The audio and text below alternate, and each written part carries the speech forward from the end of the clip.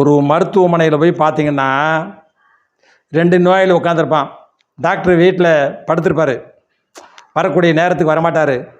9 மணிக்கு டாக்டர் வரணும்ல, வரமாட்டார். அங்கேருந்து ஃபோன் பண்ணுவார், எத்தனை பேர் உட்காந்துருக்காங்க அப்படின்னு. இங்கேருந்து நர்ஸு, சார் 2 பேர் இருக்காங்க. சீச்சி 2 பேரா? சரி ஆட்கள் வந்தோன்னு சொல்லுவான். இன்னும் 10-20 பேர் வந்து உட்காந்துருப்பாங்க. சார் 20 பேர் இருக்கிறாங்க சார். ஓ 20 பேர் இருக்காங்களா? சரி இன்னும் கொஞ்சம் வந்தோன்னு சொல்லு. இப்படி சொல்லி காலதாமதமாக 9 மணிக்கு வர வேண்டிய 10 மணிக்கு வர வேண்டிய டாக்டரு 11 மணிக்கு வருவான். ஏன்னா ராசியான டாக்டர்னு வெளியில் பேசிக்கணுமா? ஏ அப்பா இவ்வளவு கூட்டமாக அந்த டாக்டருக்கு. அதே மாதிரி தான் அரசியல்வாதிகள் கூட்டம் சேருவதற்காகத்தான் தாமதமாக வருவார்கள். இது அந்த காலத்துலேருந்து இருக்குங்க. எம்ஜிஆரை தவிர,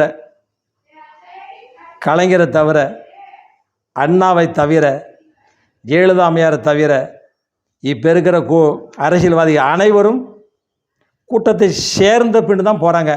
சில பேர் போனதுக்கப்புறமும் நாற்காலியெல்லாம் காலியாக இருக்குது. பார்த்துருப்பீங்கள்ல. அடுத்த வேளையில் வரேன்.